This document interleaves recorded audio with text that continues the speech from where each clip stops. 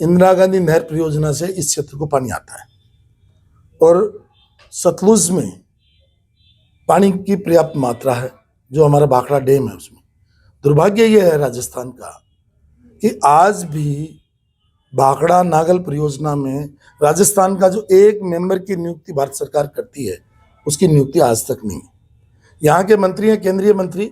मैं पहले भी 1 साल पहले आया था, चुनाव से पहले, जब मैंने उनसे आग्रह किया था कि आप वाटर रिसोर्सेज के मंत्री हैं, आप फोकस करिए इंदिरा गांधी नहर का पानी जो जोधपुर, बाड़मेर और जैसलमेर टेल एंड पर है, उनमें पानी पहुंचे। और हमारे राजस्थान का जब ये समझौता हुआ था, उस समय 0.6 MF पानी राजस्थान को कम मिला था और समझौते का हिस्सा है।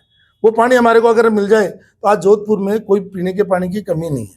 तो वो चलो वाटर रिसोर्सेज मंत्री नहीं, मैं उन पर आरोप नहीं लगा रहा। मैं तो बहुत विनम्रता के साथ उस दिन भी आग्रह किया और आज भी आग्रह कर रहा हूँ कि आप दाएं बाएं का ध्यान छोड़िए और आज इस पे फोकस कीजिए कि राजस्थान को उसका हिस्सा IGNP का कैसे मिले, भाखड़ा नागल में हमारा एक मेंबर कैसे बने, और पंजाब के अंदर हमारा 204 किलोमीटर का जो फीडर है उसका रिनोवेशन कैसे हो, जिससे जो लीकेज है हमारा पानी वो कैसे रुके, और जो इस पानी के अंदर जो पंजाब के अंदर जो केमिकल की फैक्ट्रियां हैं वो जो अपना पानी छोड़ती हैं जिससे ये बीमारियां फैलती हैं, वो कैसे रुके। तो मेरा जो भी हमारे राजस्थान के माननीय अर्जुन जी मेघवाल साहब को उनके बहुत विनम्रता के साथ में, माननीय गजेंद्र सिंह जी जो मंत्री हैं उनसे भी विनम्रता के साथ में, उन दोनों के क्षेत्र भी आते हैं, हमारा क्षेत्र भी आता है, इसलिए उसमें वो भारत सरकार में प्रभावी मंत्री हैं, काम करें। तो मुझे लगता है कि जो डबल इंजन का नारा है वो सार्थक होगा।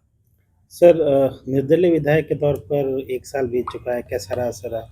देखिए, मेरा काम था जनता की समस्याएं सरकार तक पहुंचाना, राजस्थान की विधानसभा में उन पर चर्चा में हिस्सा लेकर के बताना और संबंधित विभाग के सेक्रेटरी और मंत्री तक इस बात को पहुंचाना।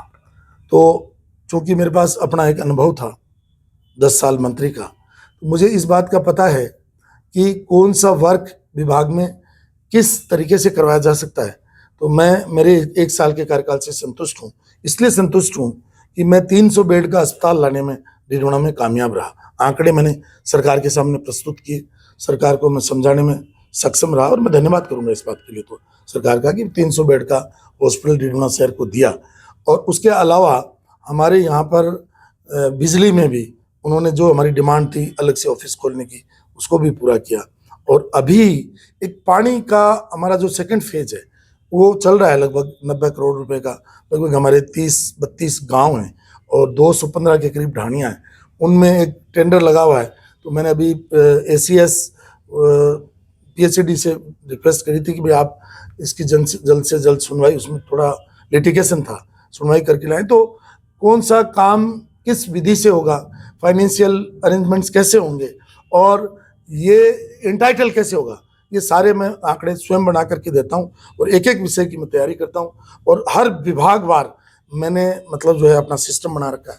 तो मैं उतना तो नहीं कर पाए जितना वसुंधरा जी के राज में हम कर पाए थे, लेकिन निश्चित रूप से संतोषजनक रहा। सर, आपको तो राजस्थान के जरिए जो है रोजगार, देखिए राइजिंग राजस्थान में जो आंकड़े सरकार प्रस्तुत कर रही है उसमें लगभग 27 लाख हजार करोड़ के आंकड़े आ रहे हैं रिन्यूएबल एनर्जी के, सोलर के।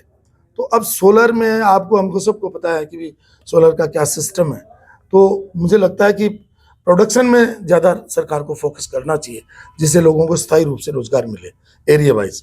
और उसमें जैसा बताया गया लगभग 3 लाख हजार करोड़ के MOUs हुए हैं, तो वो इतना पर्याप्त नहीं है। फिर ये धरातल पर कितने आते हैं उस पर सारा डिपेंड करेगा।